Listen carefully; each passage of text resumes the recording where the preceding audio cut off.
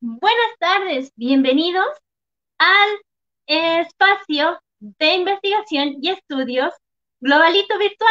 En esta ocasión tenemos un tema muy importante que se llama las reflexiones sobre las estrategias de intervención del psicomotricista en tiempos de pandemia. Este tema es muy interesante por los ámbitos en los cuales estamos pasando. En esta ocasión, la persona encargada de la entrevista es Marco Álvarez Castro. Marco, te damos la bienvenida. Un gran saludo a a todos los que nos siguen por las redes sociales. Bueno, un saludo, Daniela. Justamente hoy nos toca dar a conocer un tema bastante interesante que sin duda alguna con el expositor que tenemos ahora se va a ir ampliando de una manera maravillosa. Lo que decías tú, ¿no? Las reflexiones acerca de las intervenciones del psicomotricista en pandemia. Entonces, Un tema muy eh, interesante. un tema bastante interesante, claro que sí. Entonces te voy a ir despidiendo para poder ir, ¿no? Sí, Introduciendo el tema. Ajá. Bueno, ya Marquito, entonces, entonces te dejo me- con el espacio y sean todos bienvenidos a este conversatorio. sí, bueno, me despido de vos, Daniela. Espero que disfrutemos de todo esto. Bueno, ante todo, mi nombre es Marco Daniel Álvarez Castro, soy egresado de la Universidad Salesiana de Bolivia y junto al grupo Globalito, grupo de investigación de la Universidad Salesiana, que vamos ahora justamente a abordar un tema bastante especial. Pero antes yo quiero mandar un gran saludo desde Bolivia a todos los que nos están viendo en España, que ahora más o menos estamos a las 6 de la tarde para España, para otros países a nivel, bueno, Latinoamérica, como Argentina, Chile, Perú, que tenemos una hora más o menos de diferencia, saludarles a todos, eh, por seguirnos por las diferentes redes. ¿Está bien? Entonces, bueno, entonces para adentrarnos, tenemos la visita de un gran referente de la psicomotricidad, como es José Ángel Rodríguez Rivas. Tenemos el placer y el agrado. Y quisiéramos hablar un poquito acerca de su trayectoria profesional, bueno, de José Ángel Rodríguez Rivas. Él es médico, doctor en psiquiatría, psicoanalista y psicomotricista. Obtuvo los títulos de DEA y doctor en psiquiatría en la Universidad de Sevilla, España. También es miembro de la Escuela Lacaniana de Psicoanálisis y de la Asociación Mundial de Psicoanálisis. Formador en práctica psicomotriz de la CEFOP en Bruselas.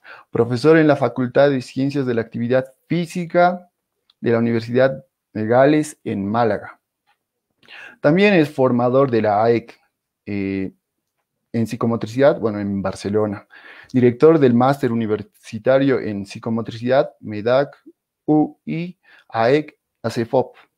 Es también coordinador del área de psicomotricidad de la Fundación CIP en Málaga y coordinador en el curso de Psicoanálisis y Sociedad Contemporánea. Y también mencionamos que es investigador del grupo Sujeto, Sufrimiento y Sociedad, miembro del comité editorial de la revista Desenvolupa, Hacer, Entre Líneas y Difference. Es miembro de las asociaciones profesionales psicomotricistas, Asociación para la Expresión y la Comunicación, Asociación de Estudios Humanísticos, Asociación Española de Neuropsiquiatría, Sociedad Española de Medicina Psicosomática y de Corpus, un grupo internacional para el estudio cultural del cuerpo. Sin olvidar la amplia y extensa realización de seminarios, ponencias, talleres y cursos en España y a nivel internacional. Asimismo, es autor de artículos como, por ejemplo, La quietud del psicomotricista, siendo uno entre muchísimos, pero también autor de libros, entre ellos Psicoanálisis para psicomotricistas y Retrasos en el aire.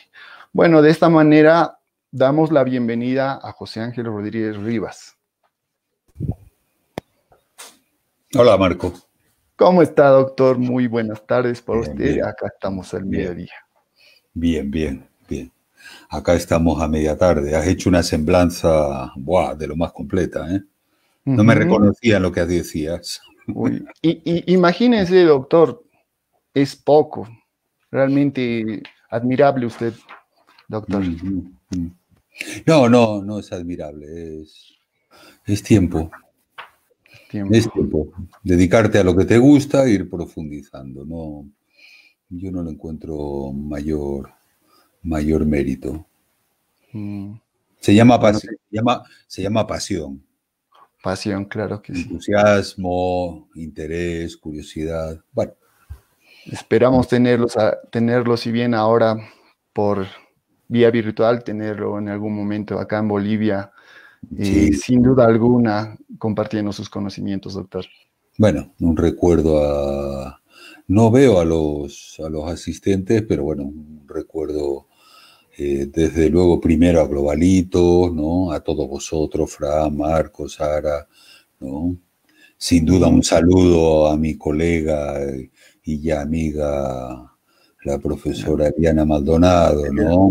Gran mentora y animadora, ¿no? Precursora de la psicomotricidad acá en Bolivia. Sin duda alguna, ¿no? Y reconocer, bueno, pues toda esta trayectoria para mí es un placer. Por entre otras cosas, siente que está en una comunidad, ¿no? Que no trabajas solo, que no haces una trayectoria, que no dice muchas locuras, sino, bueno, entonces, bueno, pues todo un saludo a mis colegas y amigos bolivianos, sin duda alguna, ¿no? Y deseándoles que, bueno, que este virus que nos acongoja pase lo antes posible por encima de todos. Por encima, sí, bueno. Yo creo que es un corte en el tiempo que si bien va a generar repercusiones, el cuerpo, el sujeto va a saber trascenderlos. Bueno, entonces vamos a dar inicio a este conversatorio. Bueno, el tema era las reflexiones acerca de las estrategias, ¿no?, del psicomotricista en pandemia. Pero creo que para tomar este punto, dar inicio, yo creo que es bastante importante considerar lo que es el objeto de estudio de la psicomotricidad como eje central de la psicomotricidad. En tanto, bueno, voy a citar un poquito a Daniel Kalmels, bueno, un colega argentino bastante y gran amigo mío. Un placer, un placer. Bueno, Kalmels menciona en algunas de sus conferencias que el cuerpo es la confluencia entre lo orgánico, es decir, lo somático con lo psíquico. Él habla de este modo, bueno, al cuerpo. Y también citando acerca de aquellos conceptos como corporeidad, bueno, con acepciones que han fundamentado colegas argentinos, que justamente el día lunes María José Nobile nos menciona acerca de que la corporeidad es un entramado entre aquello somático, psíquico y lo sociocultural. Entonces yo quiero preguntarle, bueno, antes de entrar a la primera pregunta, ¿cuál es la concepción de cuerpo que usted tiene en la psicomotricidad? Para que más o menos el público pueda comprenderlo. Si bien, bueno, en algún momento le he oído mencionar en sus redes la definición de corpórica, tal vez un poquito aclarar, dar a conocer ese punto, doctor. La primera en la frente, ¿eh? Muy buena pregunta. No, es difícil definir lo que es el cuerpo, ¿no? Para empezar, yo creo que la psicomotricidad no solamente se queda en el fenómeno psicomotor. La psicomotricidad para mí, lo he escrito, lo he tratado de desarrollar, es algo que viene a ocupar el lugar del ámbito psicosomático. Para hacerse una idea de entrada, ¿vale? El campo de la psicosomática, bueno, ya lo sabemos, ¿no? Puede ser un campo teórico que viene precisamente del campo de la medicina, de la psiquiatría, que tuvo una gran fortaleza y luego se fue devaluando, ¿no? Psicosomático también son los trastornos, tanto neuróticos, conversivos, como luego los fenómenos psicosomáticos. Y psicosomático también es un campo de intervención, ¿no? Para mí la práctica psicomotriz, para empezar, tendría que ocupar todo el campo, todo lo más ampliamente el campo de la corporeidad, ¿vale? ¿Qué concepto tengo de cuerpo? Yo diría que actualmente, yo he ido evolucionando, evidentemente, ¿no? Pero actualmente para mí hablar de cuerpo y sujeto es lo mismo. ¿Eh? Quiero decir, yo no puedo separar lo psico de lo somático. ¿Mm? Es verdad, coincido con mi colega cuando habla del entramado, ¿no? Yo no sé si hablaría del entramado. Yo personalmente más que entramado prefiero globalito. ¿Mm? Y lo digo así, tal cual. Creo que la mejor definición del cuerpo es una concepción global. ¿Eh? Es verdad que hablar de globalidad tiene sus inconvenientes, ¿no? Por ejemplo, hablar de globalidad tiene el inconveniente confundirlo con totalidad. No, no hay nada total en el cuerpo. Pero es verdad que en ese, por ejemplo, hay otros colegas que hablan de complejidad, hay otros colegas que hablan de un paradigma trans, ¿no? Lo que sí es cierto es que en el cuerpo se constituyen áreas, tanto neuromotrices como afectivas, como cognitivas, como relacionales. ¿De acuerdo? De acuerdo. Esos serían, digamos, los 4 grandes paradigmas, ¿no? Claro, fíjate que no hablamos del paradigma estético, no hablamos del paradigma filosófico, no hablamos del paradigma político, etcétera, etcétera. Digamos que eso serían las 4 grandes áreas. Para mí, ¿qué es el cuerpo? Para mí es la interrelación que se establece entre esos aspectos, ¿no? Es decir, yo llamo cuerpo, denominamos cuerpo a la relación que se establece en cada sujeto y siempre uno por uno entre los aspectos afectivos, cognitivos, relacionales y neuromotrices, ¿no? Sabiendo que hay aspectos que se pueden relacionar entre sí y aspectos que no se pueden relacionar entre sí. ¿Eh? Es decir, yo ahí tomo mucho el nudo, el famoso nudo lacaniano de lo real, simbólico, imaginario, y como es un nudo, ¿no? Que efectivamente se relaciona en algunos aspectos y hay otros que no se pueden relacionar. Por ejemplo, un trastorno motor puro, solo se puede resolver desde el lado neuromotor. Ahora, ¿cómo vive esa persona un trastorno neuromotriz o neuromotor? Ya entonces implica los aspectos, por ejemplo, afectivos, cognitivos, etcétera, etcétera. Quiero decir, la psicomotricidad siempre estará en tensión preguntándose qué es el cuerpo. El cuerpo no es algo acabado, no es algo terminado, ¿no? El cuerpo no queda en el simple organismo neuromotor y fisiológico. Eso sería de un reduccionismo absurdo. No podemos decir que somos cuerpo en el sentido que somos cerebro. No, no, eso es una simpleza absoluta. El sujeto humano es mucho más complejo, más amplio, más diverso, más sutil que reducirlo todo a meras funciones motrices. Bueno, respecto a la alusión que tú hacías de corpórica, efectivamente, ¿no? Es una buena, por eso te decía que la primera pregunta en la frente, ¿no? Sí, fue un palabra que me saqué de la manga, y puedo contar la historia. Claro, por supuesto. Tenemos todo Porque, el tiempo.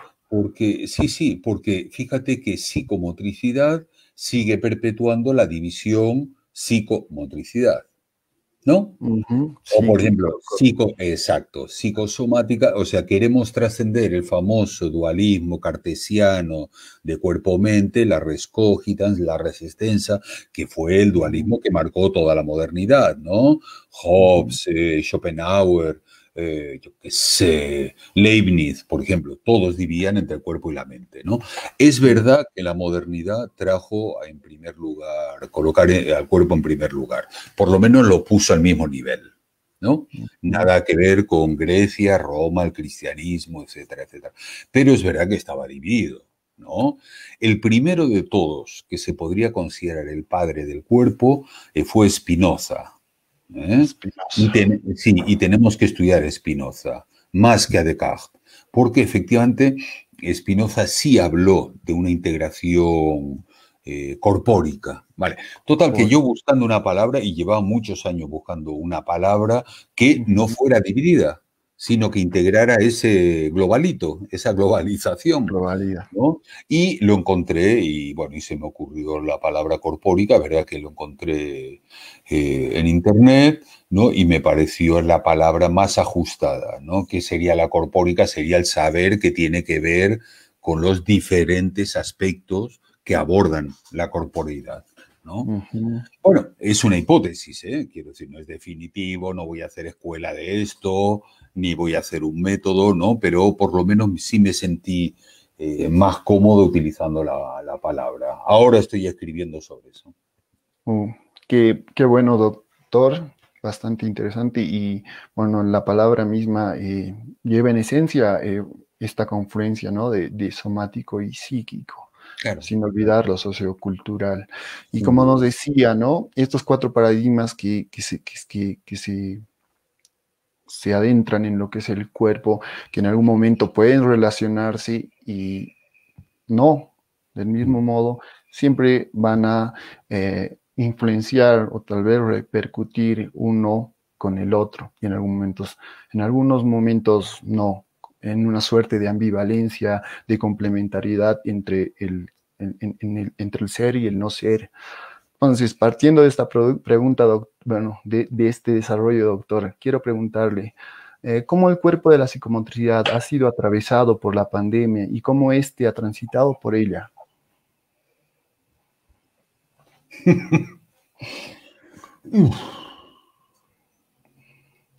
A ver, primero, la falacia del cuerpo orgánico, es decir, reducir la psicomotricidad solo a una suma de reflejos, capacitaciones, habilidades, destrezas, praxias, todo eso hay que conocerlo, ¿no? Es pensar que hay un cuerpo acabado, ¿no? Es decir que nosotros somos cerebro, nosotros somos mente, somos cuerpo, etcétera, etcétera. Y para empezar, no es así. Es decir, los cuerpos fueron cambiando a lo largo de la historia.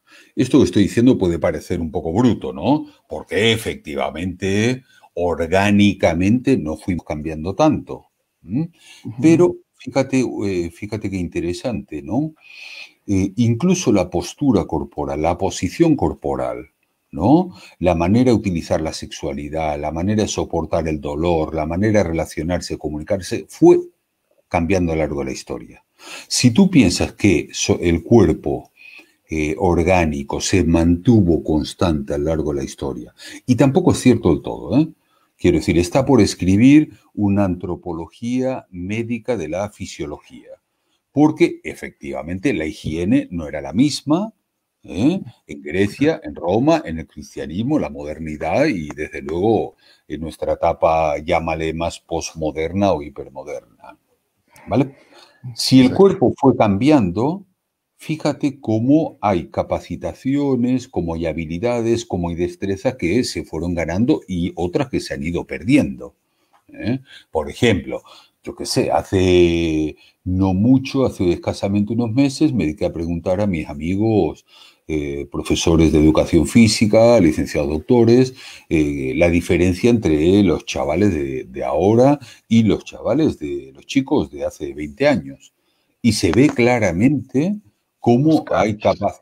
capacidades, habilidades y destrezas que han ido cambiando, ¿eh? Por ejemplo, los chavales de hoy en día tienen habilidades muy concretas, mientras que antes no habían habilidades muy genéricas. Por ejemplo, hoy en día te puedes encontrar a un chaval jugando al skate, ¿no? O con el patinete y hace maravillas, ¿no? Digamos que antes las habilidades eran más generales, ¿vale? Hoy en día son más específicas.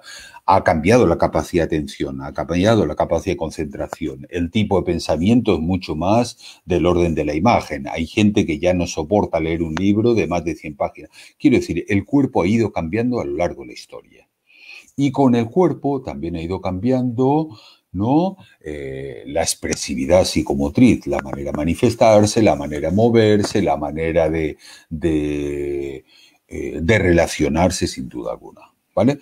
Con lo cual uno puede pensar que esta pandemia es un corte en un cuerpo acabado, ¿no? O puedes pensar que no, que al contrario, que esta pandemia ¿no? Viene a acentuar aspectos que ya se venían viendo desde hace mucho tiempo, ¿no?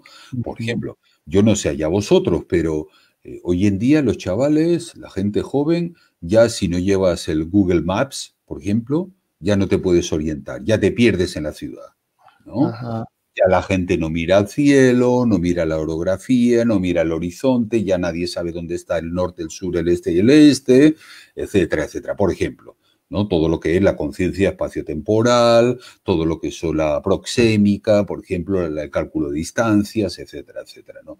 Quiero decir, algún día se va a caer la red, va a haber otro virus, pero puede ser un virus informático y hay gente que no sabe moverse sin su celular, sin el móvil. ¿Vale? Fíjate cómo la introducción de la modernidad y la concentración de los ciudadanos en la polis, bueno, en la ciudad, no, en el burgo, la polis era en Grecia, ¿no? Hizo que ya se perdiera, por ejemplo, contacto con la naturaleza. El cuerpo fue cambiando ahí. Sin duda Todo alguna. esto, todo eso ha ido acentuándose a lo largo de la modernidad. Por ejemplo, ya nadie huele la humedad. Yo recuerdo mis abuelos, posiblemente los tuyos, Marco, olían el aire y decía, va a venir una tormenta, ¿no? Exacto.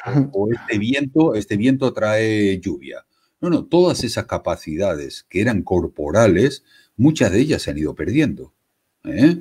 Hasta tal punto que efectivamente, digamos que la evolución de la civilización y el mal llamado progreso, para mí es un mal llamado progreso, no estoy seguro que toda la tecnologización nos haya traído mucho progreso humano, ¿no? En eso soy muy crítico. Lo que ha ido es más bien descorporizándonos, despojándonos de muchas capacidades y habilidades. Bueno, ahora aparece la pandemia, ¿no? La cuestión de la pandemia es un problemón, ¿no? Es un problemón porque es un corte. Pero acuérdate que entre 1900 y 1920 tuvimos la gripe española, hubo una Primera Guerra Mundial, hubo una Segunda Guerra Mundial, donde murieron 80 millones de personas, o sea, una burrada. ¿eh? Es decir, que para empezar hay que pensar que digamos que llevamos, por lo menos aquí en Europa y en España, toda una serie de años donde no habían habido conflictos, donde se jugara la vida. Eso de entrada. En segundo lugar, hay que pensar que efectivamente irrumpe un virus, no es raro, las epidemias han existido en toda la humanidad, ¿no? Pero es verdad que hemos podido afrontarla de otra manera. Tengo que decir con esto que yo me sorprendo de lo rápido que hay muchos colegas que hablan de la pandemia, ¿no? Se habla muy rápidamente. Ya se han escrito como 15 o 20 ensayos filosóficos, se habla de filosofía de la pospandemia, se habla de arquitectura pospandemia, se habla de psicomotricidad en la pandemia. Cuidadito, no queda nada claro la huella que va a dejar esta epidemia. Por ejemplo, yo qué sé, el pensador esloveno Slavoj Žižek, ¿no? Rápidamente decía, no, la epidemia va a hacer que caiga todo el sistema económico y social y se refunde uno nuevo. No, yo no creo que la epidemia vaya a cambiar especialmente el sistema de relaciones corporales, productivas, laborales, etcétera, etcétera, ¿no? Ahora, sí se ha introducido algo que es inédito en la historia de la humanidad. Se llama distancia social, ¿no? Tampoco eso está tan claro, porque fíjate, hay toda una ciencia que se llama la proxémica, ¿no? Estuvo muy de moda, Julius Fast, Bert Wistel, etcétera, etcétera. Estuvo muy de moda en los años 70, luego, bueno, que era parte de todos los estudios de comunicación no verbal, no sé si te suena, vale. Fíjate que no es lo mismo la distancia social en los países sureños de Europa, por ejemplo, mediterráneos, ¿no? Que, por ejemplo, en el norte de Europa, ¿no? Ni siquiera es lo mismo la distancia social por ejemplo, los países africanos, magrebíes, etcétera, etcétera. Quiero decir, los mediterráneos, los del sur, españoles, italianos, griegos, portugueses, nos gusta acercarnos, nos gusta tocarnos, nos gusta abrazarnos, etcétera. Mientras que en el norte de Europa la distancia social es siempre casi de un brazo, con lo cual ya les ha costado mucho menos. Siempre considerando el contexto, ¿no? Exacto, Doctor. exacto, exacto.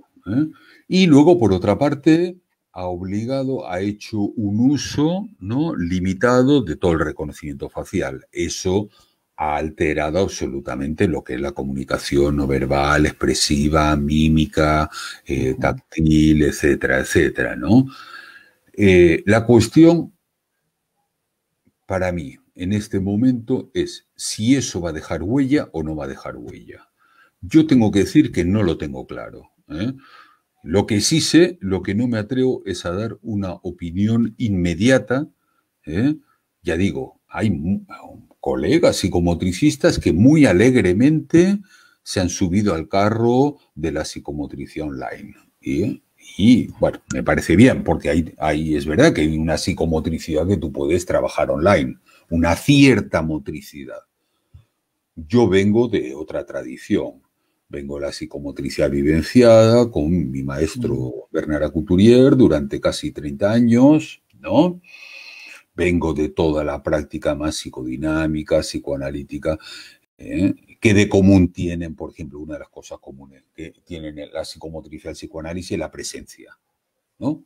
Es decir, el cara a cara, el estar delante. En ese sentido, claro, entonces en ese sentido, ¿no? La epidemia ha tocado por delante, ha tocado la línea de flotación absoluta de la psicomotricidad. Por ejemplo, yo no puedo entender ahora mismo cómo se podría trabajar con un niño autista. Yo trabajo con pacientes graves generalmente, ¿no? Online, no puedo entenderlo. Pero podemos seguirlo hablando, claro. Esto que nos decía era bastante reflexivo e importante, el hecho de esa descorporización, ¿no?, del sujeto a través del tiempo, por estos progresos que también conllevan un detrimento de otros factores. El cuerpo va perdiendo ciertas posibilidades, claro, mejorando otras, pero perdiendo. En ese sentido, quería llegar al punto de lo que usted me mencionaba, de que si va a dejar huella o no va a dejar huella en el cuerpo esta pandemia. Yo creo que solo lo sabremos si consideramos el aspecto empírico de las cosas, la experiencia, y llegar al momento de ese objetivo que vayamos a poder ver en el tiempo, ¿no? ¿Tú qué piensas? ¿Tú crees que dejará huella o no dejará huella? Creo que es posible que deje huella más o menos, dependiendo de lo que justamente usted nos mencionaba, el contexto, lo cultural, lo social. Podemos saber muchos que simplemente vayamos adaptándonos, y por el hecho mismo de sobrevivir, por ejemplo, lo que sucede en áreas acá justamente en Bolivia, donde han dejado de lado la pandemia porque situaciones socioeconómicas han hecho que la gente se salga de sus casas, ya no soporte el encierro, el confinamiento, cierto. Y lo deje pasar como una enfermedad. Pero también considero que en algunos momentos, bueno, si tomamos el aspecto ontológico, en caso de los niños, bueno, va a depender de su manera de vincularse, que puedan sobrellevarlos,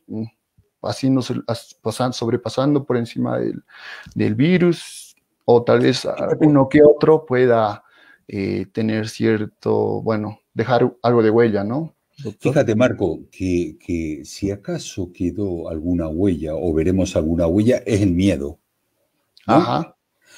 Porque además lo siniestro de este virus, bueno, para empezar tengo que decir, repito, que, bueno, rápidamente hay muchos colegas que han hecho una composición de lugar. Yo soy médico y hay que decir que hay muchas cosas que no se saben todavía, ¿eh? Es decir, Hay muchas cosas, por ejemplo, la cuestión de la transmisión, la cuestión de la inmunización, por ejemplo. Hay muchos aspectos que no se saben. Ni siquiera se sabe si la inmunidad va a ser duradera o no duradera. Tampoco se sabe exactamente la carga viral que se necesita, ¿no? Es decir, que para empezar habrá que ver cuánto, digamos, queda traumatizado el cuerpo por la incidencia del virus. Desde luego, hay algo muy siniestro, porque ¿qué es lo siniestro de esto? Lo siniestro es que te puedes contagiar con alguien que tú no le ves enfermo. ¿Eh? Al contrario de, por ejemplo, yo qué sé, otras patologías, la peste, por ejemplo, la tuberculosis, ¿no? Etcétera, etcétera. Se veía claramente cuando alguien estaba enfermo, ¿no? No, por ejemplo, sarampión, pero... Y entonces, pero claro, ahora te puedes contagiar. ¿Cuál es la cuestión? ¿Cuál es la huella que ha dejado? La huella que ha dejado es que cualquiera te puede contagiar. Porque primero no sabe que está contagiado, ¿no? Claro. Y segundo, no tiene síntomas. Con lo cual, ¿cuál es la huella? La huella que está quedando es la desconfianza al cuerpo del otro. La desconfianza. Claro, Claro. el miedo, el miedo. Entonces, claro, eso sí puede ser que perviva. Eso sí que puede ser que perviva. Quiero decir, no puedes saber si alguien está contagiado, incluso si ha pasado la patología, ¿no? Y tiene anticuerpos ya, pero efectivamente tampoco sabemos cuánto dura la inmunidad, si puede reinfectarse, no puede reinfectarse, etcétera, etcétera. Es verdad que estamos pendientes de la vacuna, ¿no? Y está todo, yo creo que por primera vez, nunca mejor dicho, toda la globalidad de la civilización está pendiente. Pero también te digo una cosa, ¿eh? Hay patologías que no encontraron vacuna.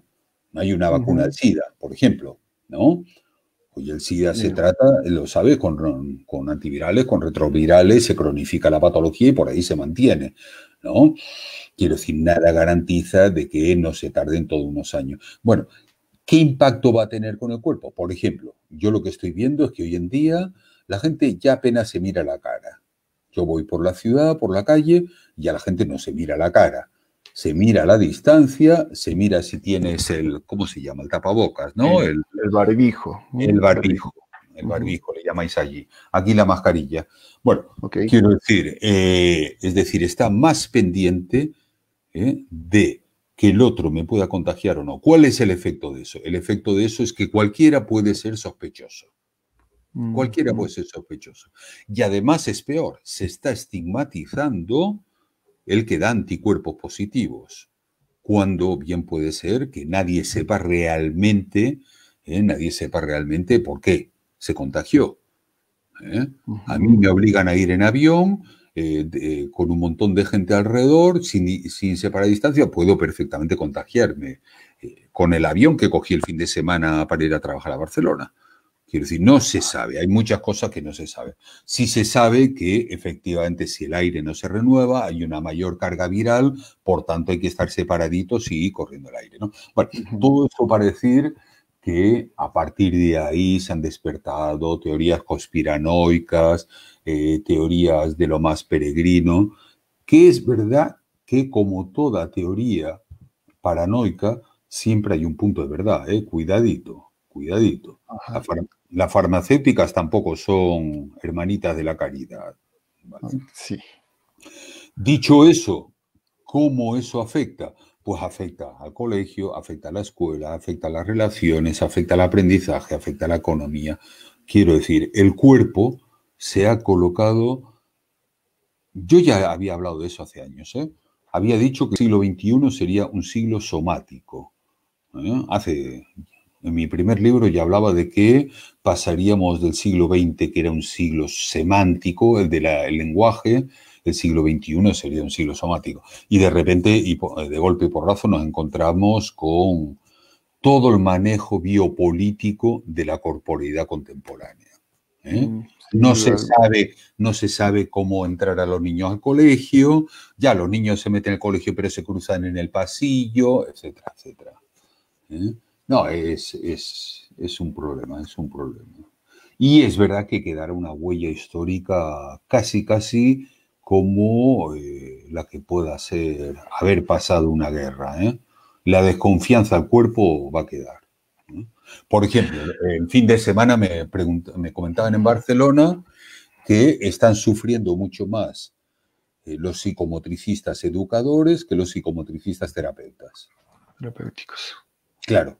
¿Por qué? Porque en educación trabajas con grupos, Ajá. mientras que en terapia No, trabajas en individual, ¿no? sí. Entonces, efectivamente, había mucha menos gente formándose en la parte. Este año, excepcionalmente, había mucha menos demanda de formación en el campo de la psicomotricidad educativa que terapéutica, ¿no? ¿Qué efecto? Cada vez se habla más de la palabra burbuja. Cada vez se habla más de los grupos burbuja, de los pequeños grupos reducidos, todo el mundo encerrado en su urbanización, en su piso, en su departamento. Es verdad que es una época muy autística esta, ¿no? De modo alguno. Justamente por lo que usted mencionaba, ¿no? El hecho del miedo que va a causar desconfianza, así como también una suerte de un sentimiento, una emoción, un afecto persecutorio. Sin duda, sin duda. Sin duda alguna, sí.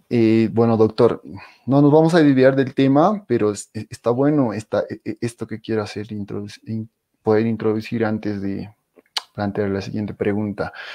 En algún momento, bueno, oí hablar en uno de los congresos de psicomotricidad que usted planteaba el hecho de que usted era más acuturiano que el mismo acuturier. Y me pareció buenísimo ese comentario en función del hecho de cómo ha ido evolucionando su trayectoria en el tiempo, partiendo de lo médico, de la medicina, pasando por la psiquiatría, adentrándose en el mundo del psicoanálisis y llegando a lo que es la psicomotricidad. En este punto es que quisiera que nos hable un poquito de esa experiencia, de por qué ha sido tan importante para usted la psicomotricidad. Y bueno, antes de que me responda, acá están viéndonos y mandándonos saludos Marcela Beatriz Hernández de Chile. Hombre, Marcela, no Ajá, la lo está veo, viendo. pero le mando un abrazo. También Susana Nieva de Argentina, mandan saludos. Muchachos de la universidad como Gabriela Trujillo, bueno, Inés, Javier, lo están viendo, Joel, Un saludo. Melina, muchos ellos. Bueno, entonces, ¿nos puede comentar algo de eso? Bueno, para empezar, Marco, las preguntas que me estás haciendo son formidables, ¿eh? La primera en la frente y la segunda ya en el... ¡Buah! Buenísima, En el buenísima. core. Sí. Y luego, Bueno. otra cosa, si hace falta me cortas, ¿eh? Claro. Porque es verdad que a veces me entusiasmo y podría estar, bueno, hablando, enrollándome como una persiana, como se dice aquí, ¿no? No, cuando yo dije que era más acuturiano que acuturiera, a ver, hay que tomárselo con todo el afecto que yo siento al que fue uno de mis grandes, que reconozco, uno de mis grandes maestros, no el único, porque es verdad que he tenido maestros. Uno no dice yo soy tu maestro, uno dice yo soy tu profesor. Es el alumno el que dice tú eres mi maestro. Ser un maestro no es cualquier cosa. Ser maestro es la categoría que le da el que sigue, ¿no?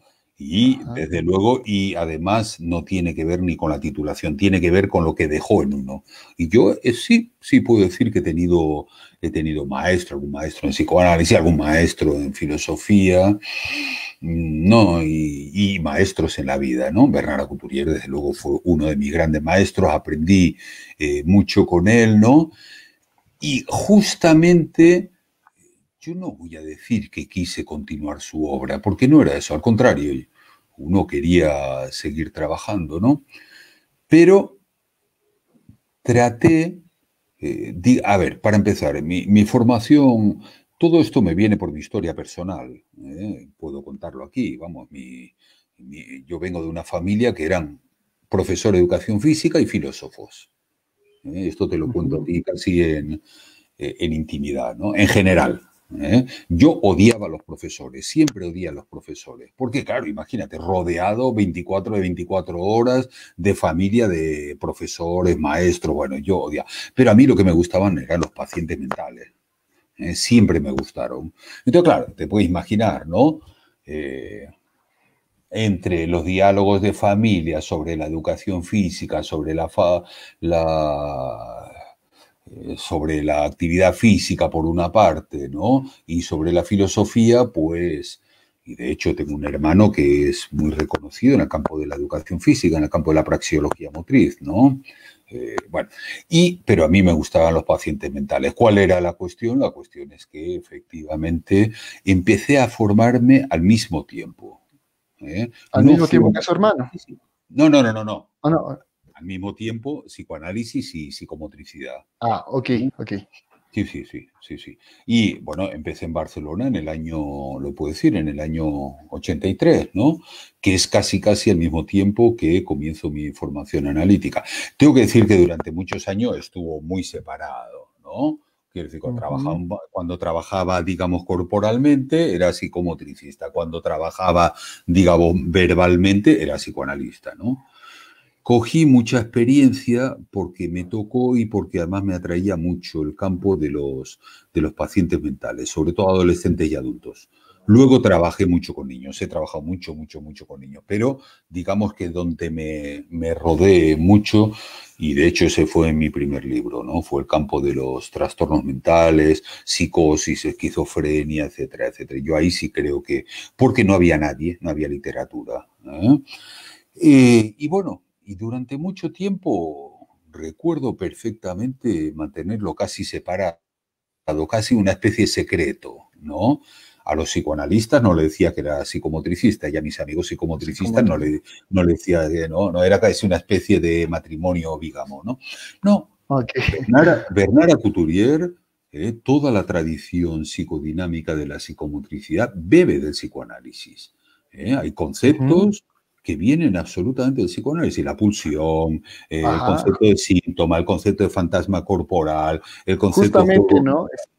Ese aspecto, doctor, el hecho de la introducción del psicoanálisis a la psicomotricidad es un poco también anterior, ya que en el libro que menciona, bueno, que ha realizado Julián de Ajuria, de psiquiatría infantil, él ya va mencionando e introduciendo conceptos acerca de la pulsión y todo ello. Absolutamente. Fíjate una cosa, qué interesante, ¿no? Si tomáramos el inicio de la psicomotricidad con el texto de Dipré, el síndrome de debilidad motriz, ¿no? Es verdad, sería muy cuestionable cuando empezó la psicomotricidad, ¿no? Pero si tomamos el origen eso, fíjate qué interesante, porque Freud descubre el psicoanálisis en 1880, podemos decir, ¿no? 1800, porque aparecen alteraciones corporales, psicosomáticas, conversivas en la histeria, que no correspondían a la lógica neurológica. ¿Vale? Fíjate.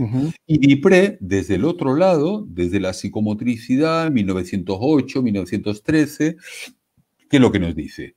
Que un niño con el síndrome de debilidad motriz, hay sujetos que son torpes, ¿vale?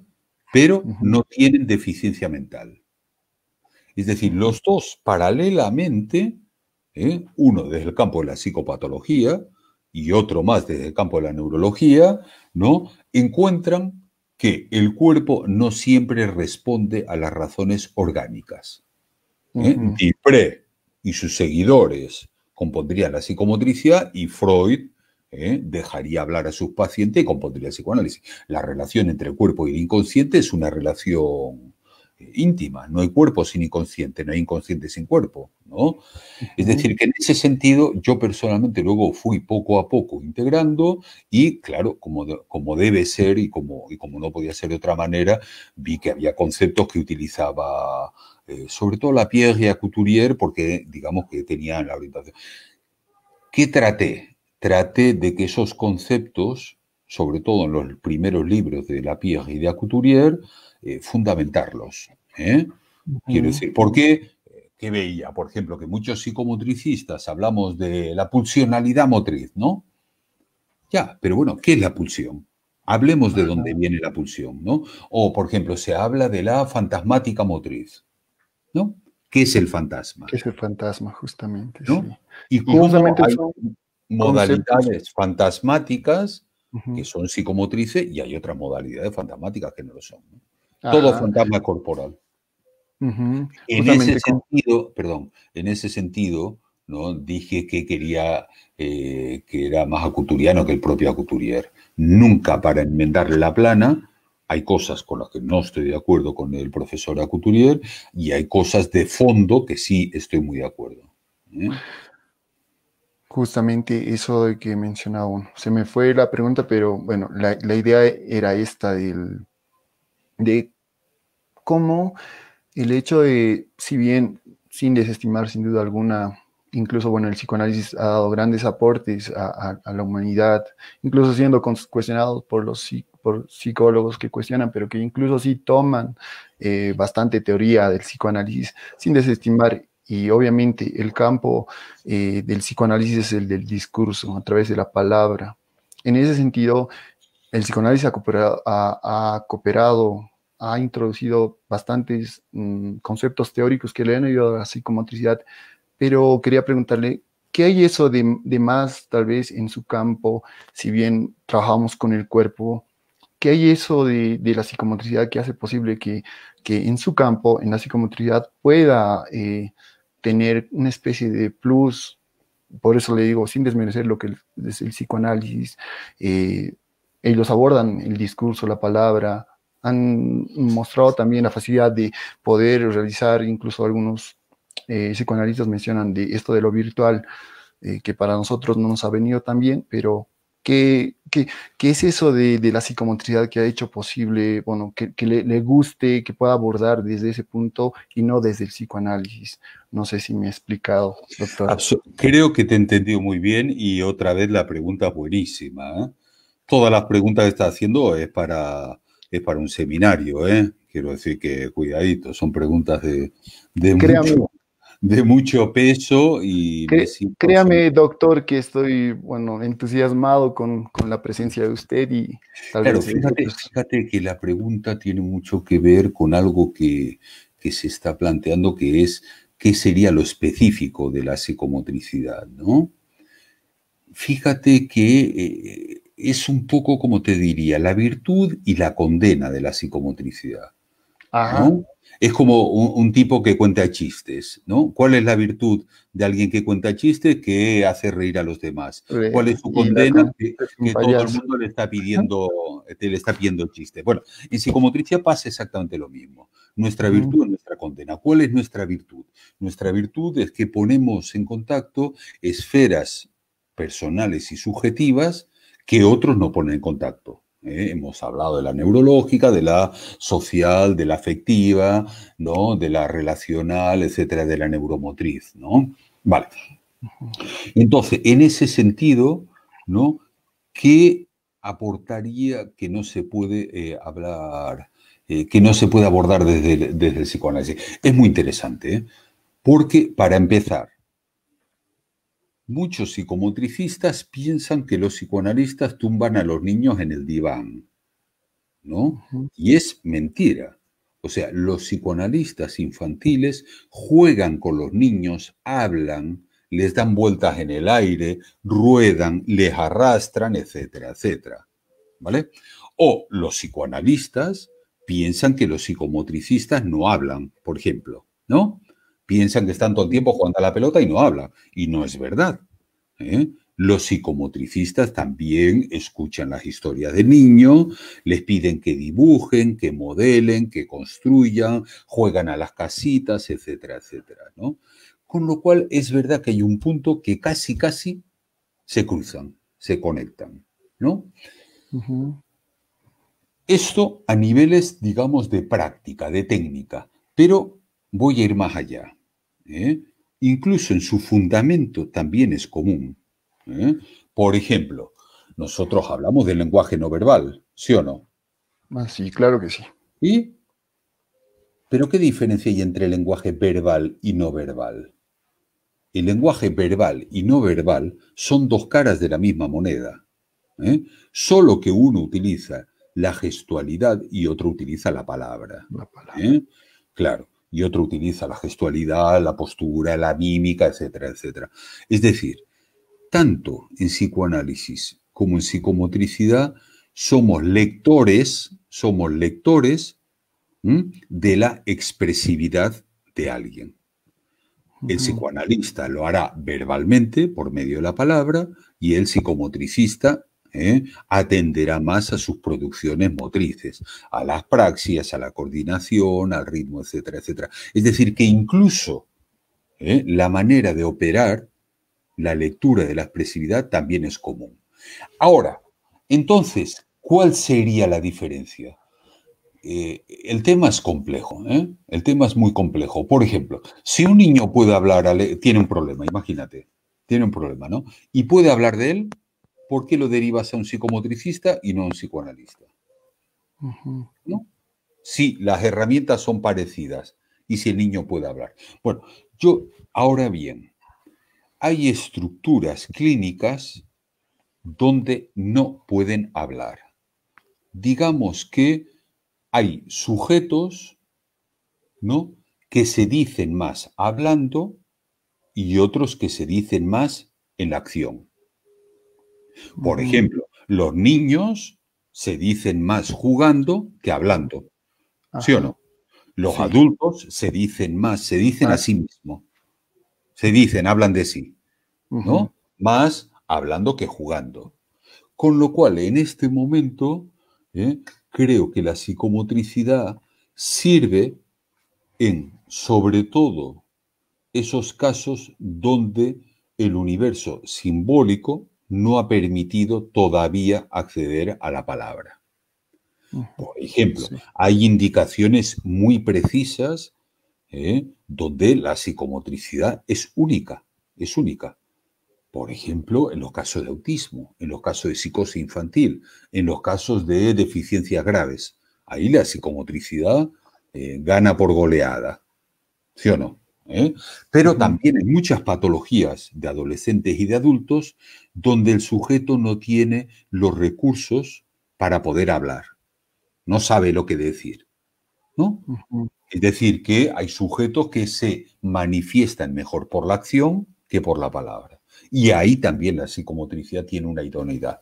Con lo cual yo en este momento, si me preguntas, en el momento que me encuentro ahora, pienso que son dos caras de la misma moneda y más bien se trata de prescribir una u otra en función de los recursos que tenga, de los recursos simbólicos que tenga, ¿no? Imagínate, por ejemplo, un niño autista que está todo el tiempo balanceándose. Ahí tú no puedes hablar. Puedes invitarle a jugar, ¿no? O utilizar un objetito transicional, o puedes arrastrarle, o puedes mantearle, o puedes abrazarle. Eso es psicomotricidad. ¿Entiendes? Ahora, viceversa, también hay adultos que, digamos que no tienen recursos verbales. Y entonces tú les puedes invitar a jugar, claro que sí. No, yo no los veo antagónicos, no lo veo este u este. Son distintos,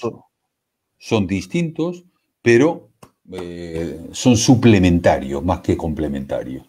Pero efectivamente depende de los recursos que tenga, sobre todo el niño o el adulto que está delante. Yo en este momento lo veo así. Vale mucho la aclaración que usted realiza, doctor, en el sentido de esto, ¿no? De la psicomotricidad y de su suplementariedad con lo psicoanalítico. Sí.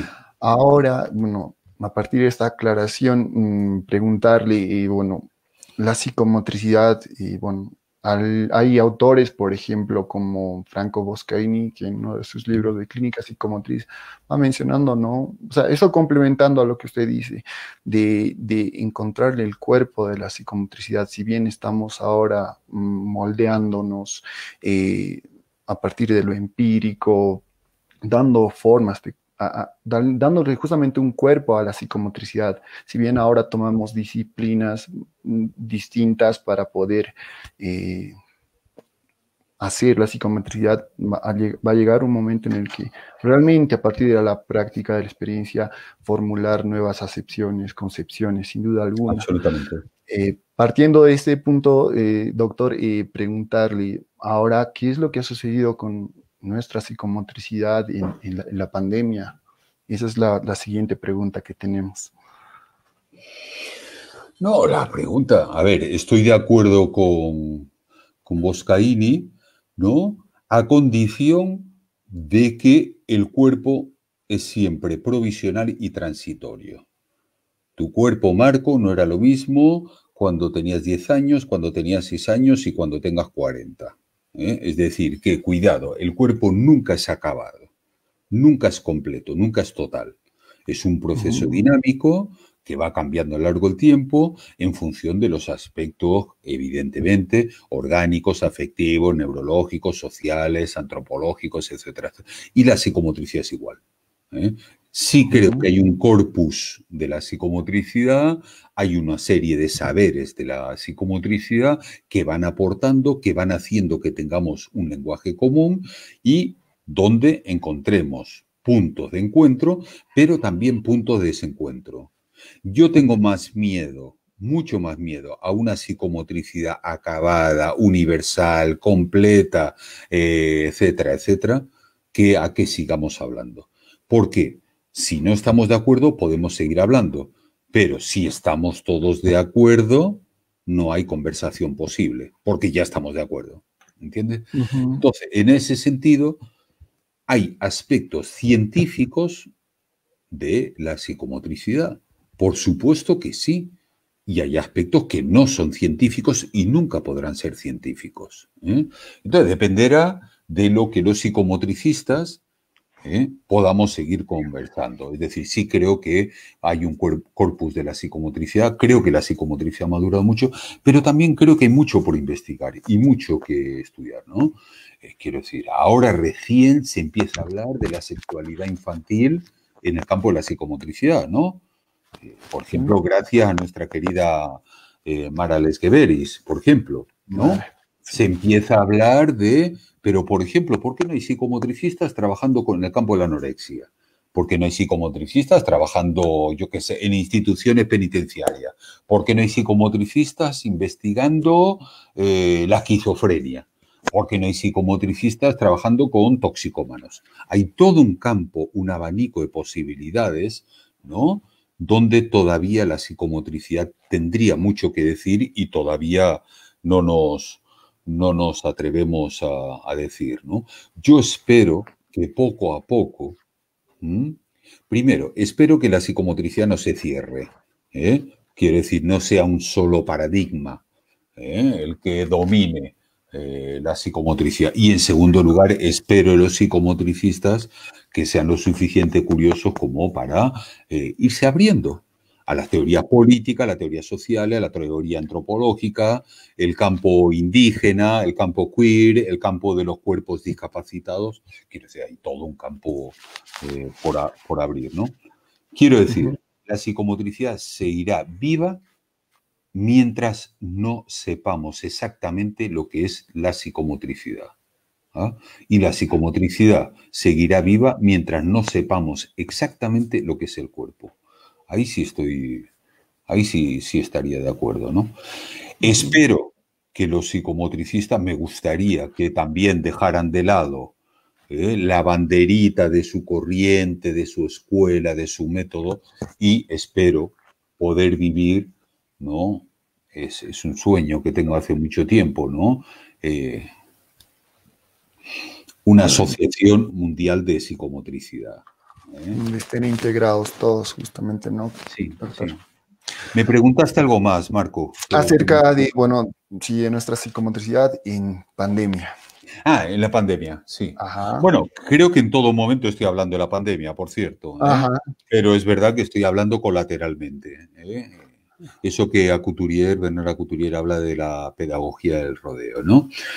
No, yo creo que hay cosas que se pueden hacer y cosas que no. Quiero decir, personalmente, sí, yo vengo de una tradición y además creo firmemente en el valor de la presencia, de la experiencia, de la vivencia corporal, ¿no? La pantalla corta toda posibilidad y deja reducido el cuerpo a la voz y a la mirada. Eso es evidente. Justamente, ¿no?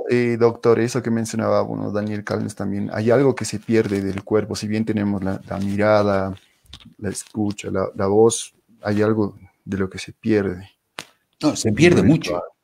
Se pierde Ajá, mucho.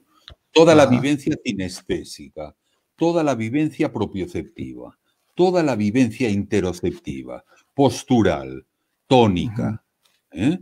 Quiero decir, el cuerpo queda reducido a los ojos y a la audición. audición. Ahora, la pregunta es, ¿se puede tocar a alguien a través de la pantalla? Sí, hay palabras que tocan, hay miradas que tocan, ¿no? Pero claro, Ujú, el problema es qué es lo que toca la pantalla. Esa es la cuestión, ¿no? ujú, Entonces, si tú me preguntas en concreto, sí puedo utilizar la pantalla, por ejemplo, para mantener cierto reconocimiento con un paciente. Puedo tener una conversación con él, ¿no? Puedo incluso invitarle a hacer algunos juegos. Puedo contar historias, puedo contar cuentos, puedo utilizar la palabra. Claro que sí. Claro que hay aspectos que se pueden hacer, ¿no? Ahora, evidentemente, siempre será un cuerpo mutilado, ¿no? Siempre ujú, serán aspectos parciales. Además, en la pantalla solo te ves la cara, con lo cual ujú. el que tienes enfrente queda reducido a una cara y a unas orejas, ¿no? ¿Qué psicomotricidad se puede hacer a través de la pantalla? Sí, hay cosas que se pueden hacer. ¿eh? Depende, por ejemplo, depende de los recursos que tenga el que tengo delante, ¿no? Claro que puedo invitar a un niño a jugar, pero no podré interactuar, no podré interaccionar con él, no podré relacionarme, ¿no? Claro que puedo hablar y escuchar y proponerle, yo qué sé, alguna situación de juego, ¿no? Pero Ujú, él no me ve, ¿no? Yo tengo pacientes, yo, por ejemplo, es muy curioso, pero yo sí pude atender a pacientes por teléfono, ¿no? Y bien, bien, quiero ujú. decir, funcionaron bien. Y hay otros que se negaron, ¿eh? Hay otros que se negaron. Hay una la pantalla produce una suerte de despersonalización, ¿no? La cara Ujú, se agranda, las manos se agrandan, los ojos se agrandan y el resto del cuerpo se empequeñece, ¿no? ujú. Y bueno, y creo, espero, lo que quiero decir es que efectivamente, claro que se puede hacer un cierto trabajo corporal como un mal menor. Mi posición ahora es como un mal menor. Incluso Ujú. utilizar la pantalla para echar de menos el cuerpo. Eso sí me interesa. Ajá. Sí, sí, doctor, cuando le mencionaba, hay algo que se pierde del cuerpo, bueno, lo decía en un tono tal vez irónico, tal vez un tanto sutil, para No, no, expresar no, esto. no, tiene razón, Marcos. Se eh, eh, pierde lo real del cuerpo. ajá, Por supuesto. No, no, hay una pérdida, hay una ajá, hay una desensibilidad. Por ejemplo, cuando ajá, hablamos antes, ha habido mucho debate, disculpa que te interrumpa, Marco, siga, doctor. pero por ejemplo, cuando siempre se ha dicho que esta epidemia ha descorporizado, ¿no? Era como un lugar común. No, esta epidemia nos ha quitado cuerpo. No es verdad, no es verdad. ¿eh? Lo que ha habido es un desplazamiento de la conciencia del cuerpo del exterior al interior. ¿eh? Ujú, Han aumentado los ataques de pánico, han aumentado las crisis de ansiedad, han aumentado los síndromes depresivos. ¿eh? ajá, Desde luego se ha producido una despersonalización, lo que se conoce en psiquiatría como una despersonalización. Por ejemplo, yo tengo un paciente que me decía que ya no sabían qué día vivía, ni siquiera, por ejemplo, es muy interesante, por ejemplo, cuando la gente empezó a salir a la calle, ¿no? Después de 3 meses de confinamiento, hubo mucha gente que se perdió en la calle, porque ujú, no se acordaba de las calles. Incluso conozco casos de gente que después de estar encerrada, rápidamente se cayó al suelo al salir a la ujú, calle. Es decir, se produce una alteración en la imagen corporal, ¿no? Donde las percepciones esteroceptivas se alteran y las propioceptivas y las interoceptivas aumentan, ¿no? ujú, Empezaron a crecer las crisis, por ejemplo, de hipocondria, todo el mundo temeroso, aparecieron muchos dolores en el cuerpo. no es una descorporización, es una discorporización. Ha habido una alteración en la percepción del cuerpo. Sí, sí, doctor, justamente lo que le decía, esto de hay algo algo que se pierde del cuerpo cuando le decía que se pierde mucho. Esa dialéctica cuerpo a cuerpo es la que se pierde. Entonces, con esto que nos relata usted, va aperturándose un poquito acerca de la pregunta tercera que me mencionaba en función a lo que si es posible establecer estrategias de intervención psicomotriz en tiempos de pandemia. Justamente esto porque muchos autores, entre ellos, bueno, Sassano, Tatiana Gurovich de Chile, Marina Marazzi de Argentina, que nos decía que había una especie de resistencia de la psicomotricidad ante esta situación, que si bien no vamos a hablar de una psicomotricidad presencial de la que estamos habituados, es posible sostener el vínculo. Y como usted decía en principio, que había que considerar el tipo de sujeto con el cual estamos tratando para poder ver si podemos hacer lo posible por adaptarnos ante esta pandemia, ¿no? Entonces, yo ahí tengo que ser muy taxativo, ¿eh? Si algunos colegas míos, y legítimamente pueden pensar de que había una resistencia, ¿no? A mí lo que me extraña es más bien el entusiasmo de algunos colegas de rápidamente apuntarse al carro de la psicomotricidad online. Quiero decir, cuidadito. O sea, claro. que llegaría a un extremo, ¿no? De esto, sí. Sí. A ver, evidentemente, a través de la pantalla se puede hacer motricidad. Evidentemente, yo le puedo indicar a alguien algunos ejercicios, propuestas, tácticas, etcétera, etcétera. Eso es así. Entonces, ahora, si tú llamas la prescripción de determinados ejercicios para trabajar determinadas habilidades o destrezas, si eso es psicomotricidad, pues evidentemente es una corriente, una orientación de la práctica psicomotriz, ¿no? Desde luego, en la que yo me muevo y creo es que no hay experiencia ni vivencia del cuerpo sin relación. Y en ese sentido, el encuentro, el afecto, la presencia es primordial. Entonces, claro, si tú piensas que la psicomotricidad es la ejecución de varios ejercicios a niveles, sobre todo, neuroeducativos, claro que es posible la psicomotricidad. Si tú piensas que lo importante es la relación, la experiencia, la vivencia del cuerpo, la construcción de un cuerpo con el otro, el proceso de corporización, que es siempre un proceso subjetivo, evidentemente la pantalla es un... Entonces yo no voy a manifestar ningún entusiasmo ante eso. Porque entre otras cosas ya se está dando el fenómeno contrario. Ya hay gente donde dice, no, doctor, si no es presencial, no lo quiero. Eso no es una resistencia.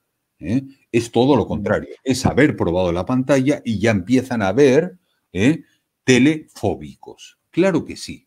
Claro, hay muchos pacientes con crisis de angustia que te dicen, mire usted, para ver una pantalla yo prefiero ver una película. No, yo le quiero ver a usted cara a cara.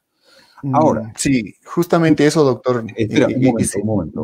Siga, doctor. Fíjate que el concepto de presencia que se daba por sentado, se daba por supuesto, ¿no? Lo mismo que el concepto de vivencia, el concepto de experiencia, el concepto de afectos, ¿no?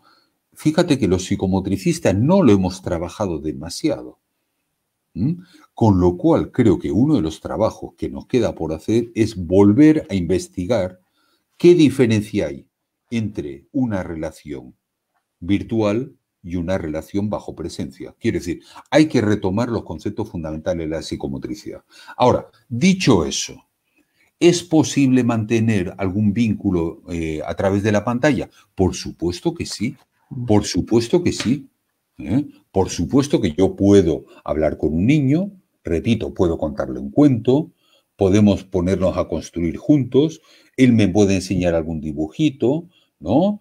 Él me puede enseñar, por ejemplo, dónde juega su habitación, yo le puedo acompañar en alguna actividad, ¿vale? Ahora, no es la situación idónea, no es el cuerpo que quiero construir para el niño o el cuerpo en el que creo. Claro que se pueden hacer cosas a través de la pantalla, pero... Justamente eso de hacer algo a través de la pantalla y que nos recuerda también a Papandrea, a Alejandra, psicomotricista argentina, ella, que decía, Sí, bueno, buena amiga. tenemos un cuerpo expresivo, pero también un cuerpo eh, receptáculo, citando a Vergés.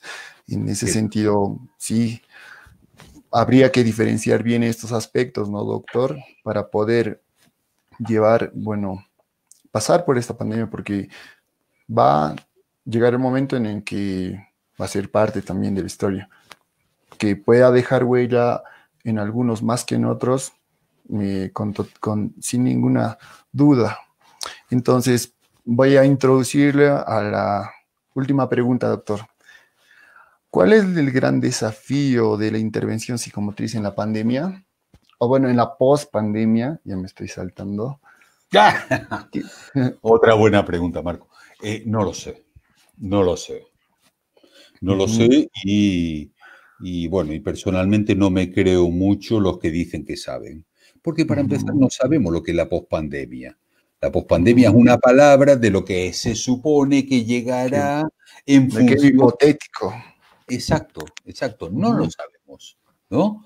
Imagínate, por ejemplo, que, yo qué sé, imagínate que hay un crash bursátil y caen todas las bolsas, ¿no?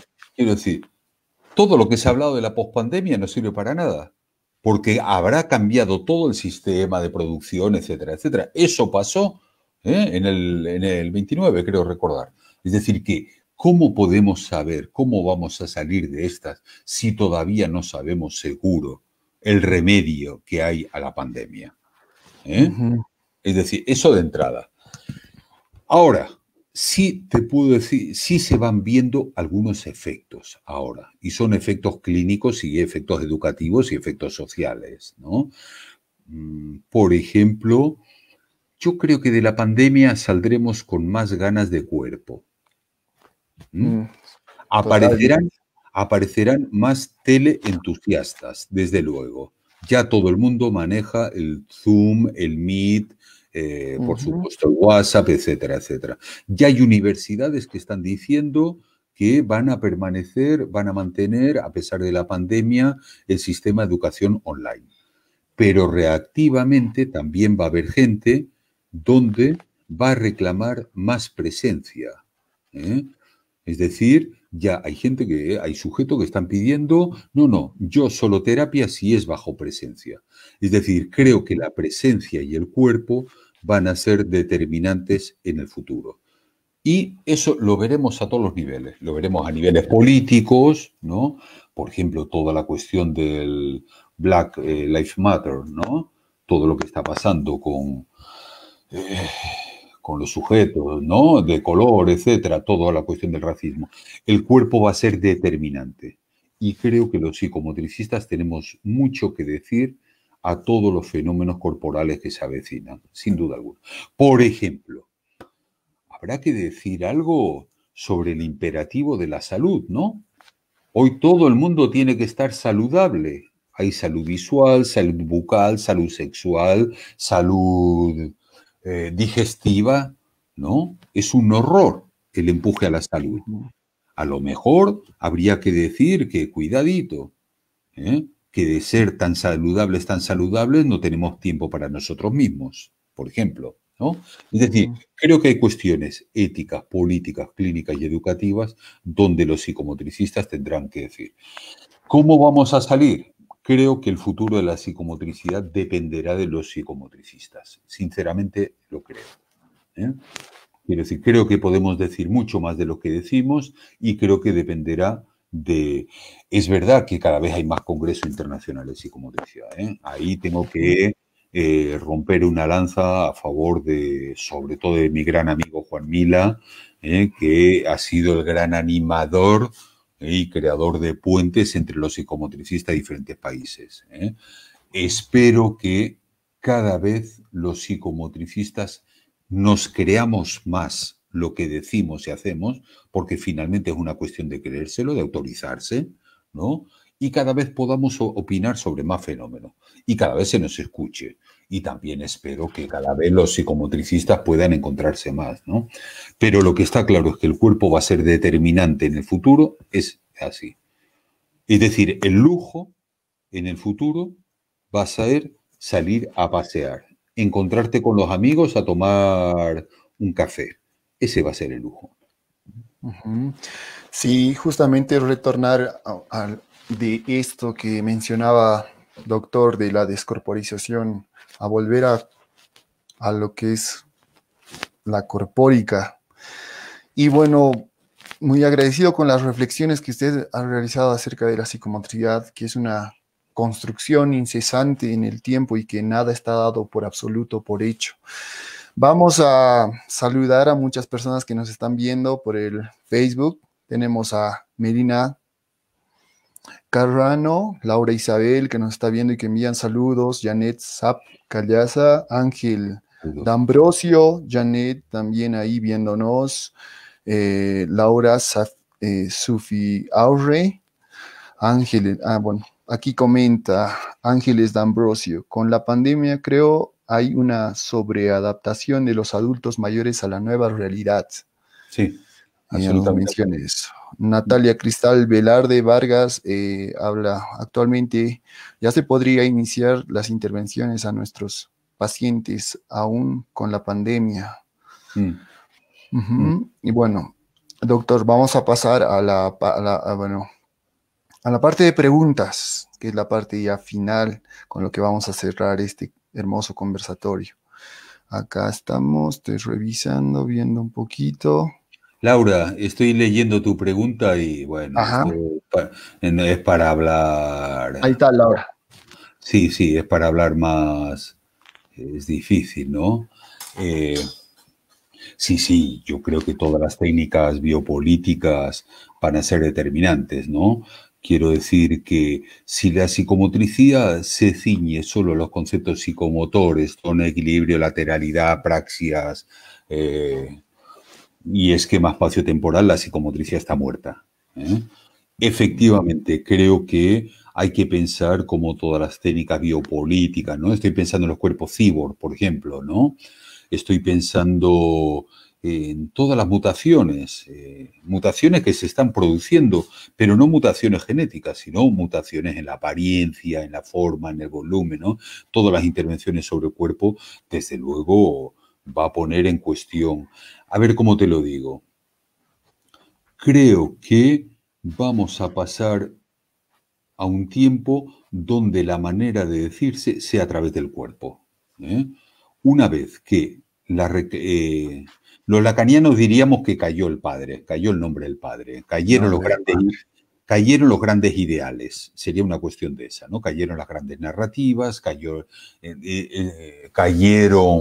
los grandes relatos, como dicen todos los posmodernos, italianos y franceses, ¿no? Entonces creo que el futuro pasará por yo me digo a través de mi cuerpo. ¿Cómo mantener la atención en que yo me digo a través de mi cuerpo sin que yo soy mi cuerpo, porque yo soy mucho más que el cuerpo? Esa va a ser la cuestión, ¿no? Acá Inés Javier tiene una preguntita. Ella dice, ¿cómo aportar desde la psicomotricidad para atenuar una de las estructuras clínicas como la psicosis, siendo que aumentaron las violaciones sexuales a infantes y agresión física hasta la muerte dentro de las familias? Es una pregunta de Inés. No termino, Inés, entender la pregunta, ¿no? Para atenuar una de las estructuras clínicas como la psicosis, siendo que aumentaron las violaciones sexuales a infantes y sí, es cierto que aumentaron las agresiones familiares dentro de la familia en la pandemia, ¿no? Y es verdad, se ha constatado, ¿no? Quiero decir, hemos visto que efectivamente la familia puede ser un remanso de paz o puede ser un absoluto infierno. Y tener que confinarse, ¿no? Bueno, ya habéis visto que, por ejemplo, en España aumentaron el nivel de divorcios después de la pandemia de una manera enorme, ¿no? Otra cuestión es la vivencia subjetiva, ¿no? No necesariamente toda psicosis viene de una violación, no toda violación produce una psicosis, ¿no? Sí creo que la psicomotricidad tiene mucho que decir en los casos de intrusión corporal. Quiero decir, hay que trabajarlo, hay que estudiarlo, pero efectivamente, digamos, la intromisión, ¿no? Del cuerpo en un caso de forzamiento es enorme. Y cómo reconstituir, cómo recorporizar, cómo, entre comillas, relibidinizar tu cuerpo que ha sido utilizado como un objeto por el otro, ¿no? Dicho eso, en el caso de psicosis se ve clarísimo que se puede hacer. El cuerpo dice la verdad y el cuerpo miente, ¿eh? Pero sin embargo, ¿eh? El cuerpo es un abordaje privilegiado.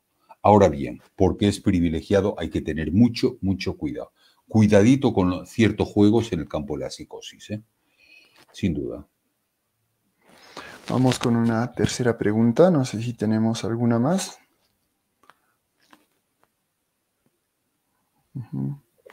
Nos queda Inés. Mientras, a ver, vemos. Ahí está, tenemos una de Natalia Velarde. ¿Qué empezar a trabajar con los pacientes en esta pandemia? Por ejemplo, yo conozco a muchos terapeutas que ya han empezado a trabajar, ¿eh? Es decir, que, por ejemplo,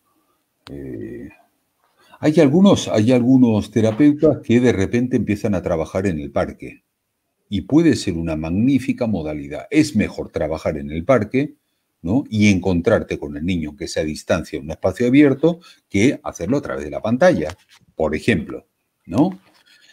Otros efectivamente vuelven a trabajar en la sala teniendo todas las medidas de desinfección, quizás mascarilla, ¿no? Quizá el terapeuta lleve la máscara, pero el niño no, etcétera, etcétera. Es difícil trabajar si tienes que estar con un equipo de protección, pero es verdad que se pueden hacer, por ejemplo, trabajar con menos material, ¿no? No trabajar con todo el material de la sala, sino trabajar con menos material. Quizás trabajar con material duro, por ejemplo, con aros, con pelotas, con picas, por ejemplo, no trabajar tanto con material blando o trabajar con material blando muy determinado que puedas limpiar, ¿no? Pero todos los colegas con los que he hablado sí resaltan que es muy distinto trabajar con presencialmente, aunque sea al aire libre, ¿ah?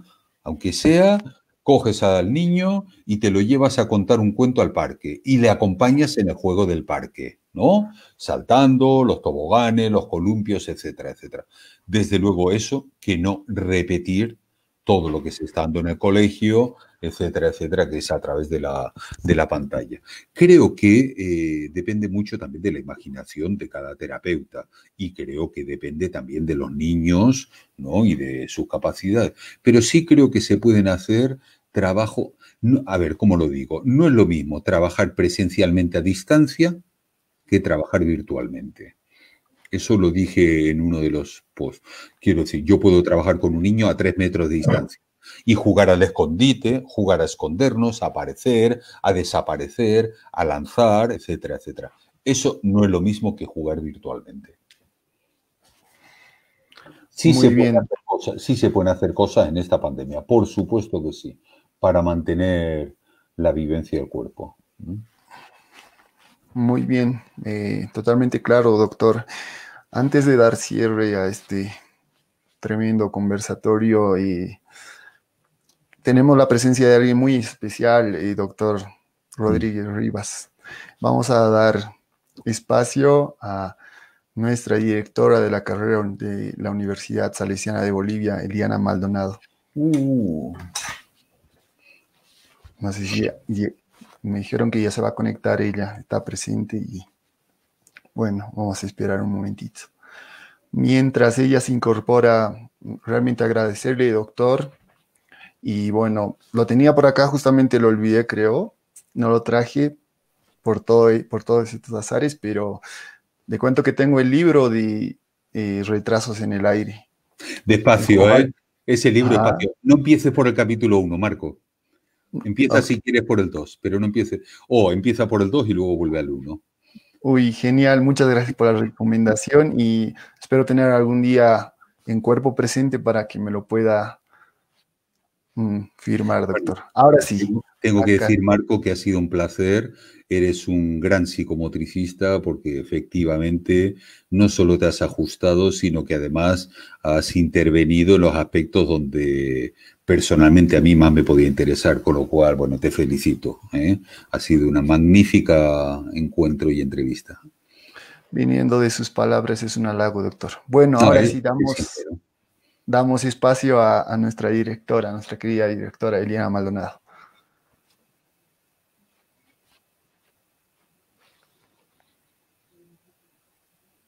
Ujú. Bueno, estábamos viendo que se estaba conectando. Supongo Sí. que ya lo va a hacer. Sí, muchas gracias,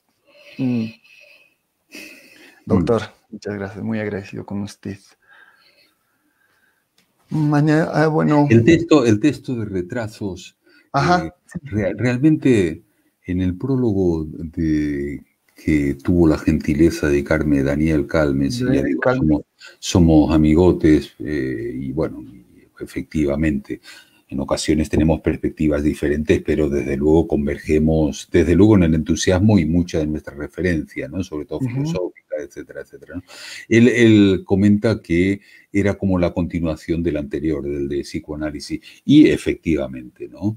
ujú, El de psicoanálisis para psicomotricista era más un texto, si quieres, académico, ¿no? En el sentido de eran muchos de los apuntes, seminarios que había impartido, etcétera.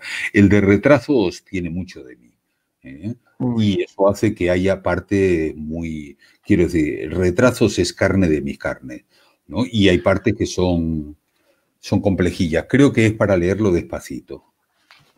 sin duda alguna, y va a ser un placer, doctor. Bueno, Ahí la tenemos, Eliana, directora. Hola José Ángel, qué gusto, qué lindo Eliana, tenerte un en este abrazo, le mando un programa. abrazo, un placer.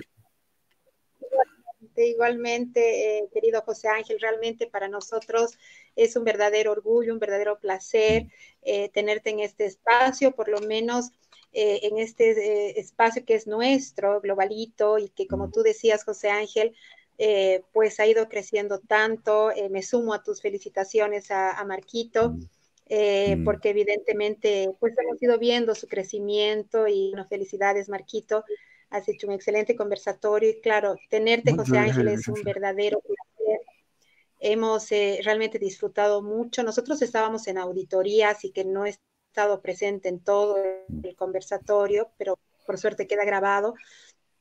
Pero bueno, he alcanzado a escuchar también tus reflexiones acerca de, bueno, todo lo de cuerpo, pero también acerca de lo que va a ser un poco la incertidumbre y cómo tampoco, cómo es tan importante no dejarnos vender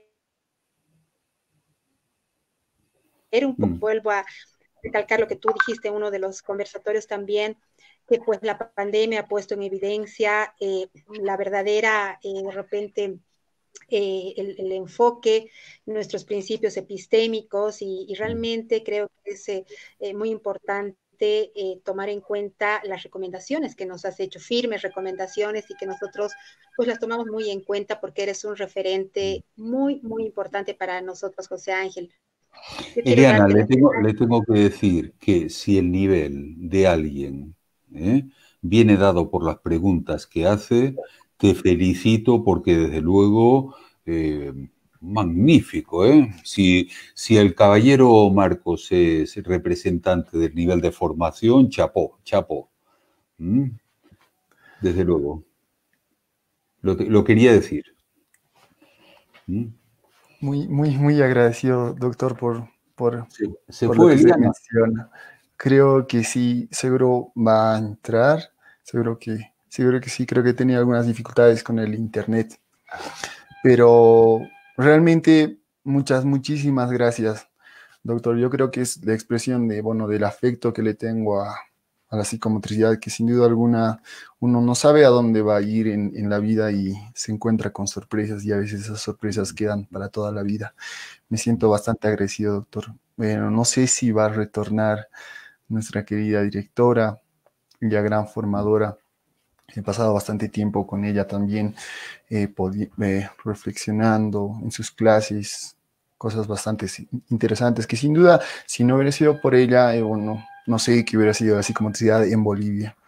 Y la actitud que ha tenido para poder incursionar es realmente admirable. No sé si tenemos a la directora de vuelta. No sé si Franz nos puede ayudar con eso. Y de todas maneras voy a rescatar mucho lo que usted me dijo acerca de empezar por el capítulo número 2. Y bueno, ya estaba leyendo un poquito del prólogo. Recién lo conseguí el libro. Entonces, con esa gran recomendación lo voy a iniciar el libro. Bueno, pero un libro finalmente es un trozo de carne que viaja por el tiempo y el espacio, ¿eh? Entonces yo espero que en algún momento podamos cruzarnos y hablar, ¿no? A mí me da cierta vergüenza volver a leer las cosas que he escrito, la verdad. Pero es verdad que cuando uno escribe algo tiene que abandonar, algo tiene que dejar, ¿no? Me ha encantado eso que dijo, bueno, en la parte de introducción a su libro mismo, ¿no? El que decía, el que habla, bueno, el que va realizando sus escrituras, va ofreciendo algo de sí. Entonces, sin duda. Creo que lo voy a conocer un poquito más con cada página, doctor. Bueno, creo que ha tenido dificultades la licenciada, nuestra directora Eliana Maldonado. Entonces, me despido una vez más con un fuerte abrazo desde acá, desde Bolivia. Saludos. Abrazos a Globalito, que sigáis siendo tan globales, es decir, tan psicomotores, ¿no? Espero que algún día nos podamos dar un abrazo en lo real, no en lo Sin virtual. duda alguna, doctor. Espero que en algún momento podamos compartir una cerveza y bueno, y realmente como la psicomotricidad no te hace millonario, porque es verdad que no te hace millonario. Puedes ganar dinero, se puede vivir, ¿no? Pero millonario, como además tampoco uno no tiene mucha fama social, política, etcétera, etcétera, lo bueno en la psicomotricidad es que los que nos dedicamos a eso es porque nos gusta realmente. Eso sí, no he conocido a nadie que se dedique a la psicomotricidad que no le guste la psicomotricidad. Por lo cual espero que en algún momento nos crucemos, jornadas, congreso, nos demos un abrazo y sigamos hablando de lo que a nosotros nos gusta. Claro que sí, doctor. Si no estoy yo por España, espero verlo acá en Bolivia, doctor. Bueno, muchas gracias. Agradecido, gracias me despido de usted, doctor. Un agradecimiento y bueno, y nos encontramos en el camino. Muchas gracias por todo. Muchas gracias, doctor. Chao. Chao. Ahora vamos a dar espacio, bueno, dar inicio a la parte del espacio de retos globalitos. Para eso vamos a hablar un poquito con Rosario. Rosario nos va a hablar acerca de los retos globalitos. No sé si la tenemos ya en pantalla.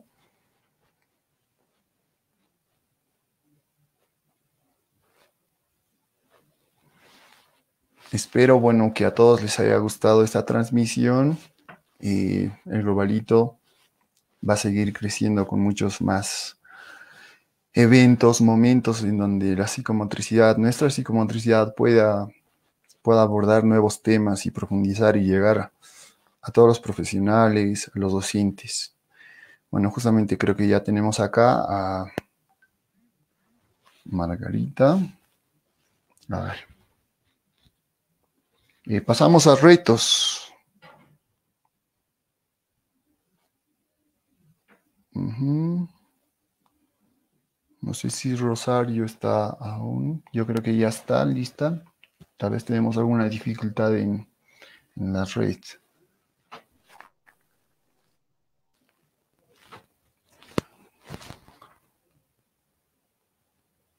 Esperamos.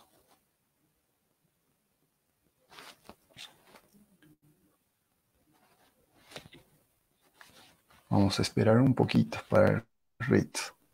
Hola, Marquita, perdón, buenas tardes. Ahí estamos. Hola, Rosario, ¿cómo estás? ¿Cómo estás? Muy buenas muy bien. tardes. y Muy gracias buenas por tardes. pasarme al espacio de Retos Globalito. Sin duda alguna. Bueno, darles la bienvenida a este espacio de Retos Globalitos. El día de hoy hemos tenido un conversatorio realmente interesante. Agradecerle a nuestro licenciado José Ángel Rodríguez Rivas y a nuestro compañero Marco Álvarez. Bueno, ahora les voy a comentar que estamos continuando con los retos temáticos. En esta semana nos tocó la magia expresión. Las personas que habíamos retado eran Daniela Mendoza Quimper, a Carlos Ademar Tito Fernández, Abigail Catacora y Cintia Condarco. Esperamos sus videos, chicos. Ya creo que ya hay un video que está publicado en Facebook, lo pueden ir a revisar. No se olviden de suscribirse en nuestros canales de Facebook, donde estaremos dando nuestros conversatorios en vivo, también en YouTube, donde estaremos poniendo, si se han perdido algún conversatorio, Instagram, donde estaremos dando todas las noticias de nuestras redes, y TikTok, donde estamos publicando los videos de nuestros ganadores de los retos. Y nada más que decir, yo me despido con un fuerte abrazo, Globalita, y nos vemos hasta la próxima.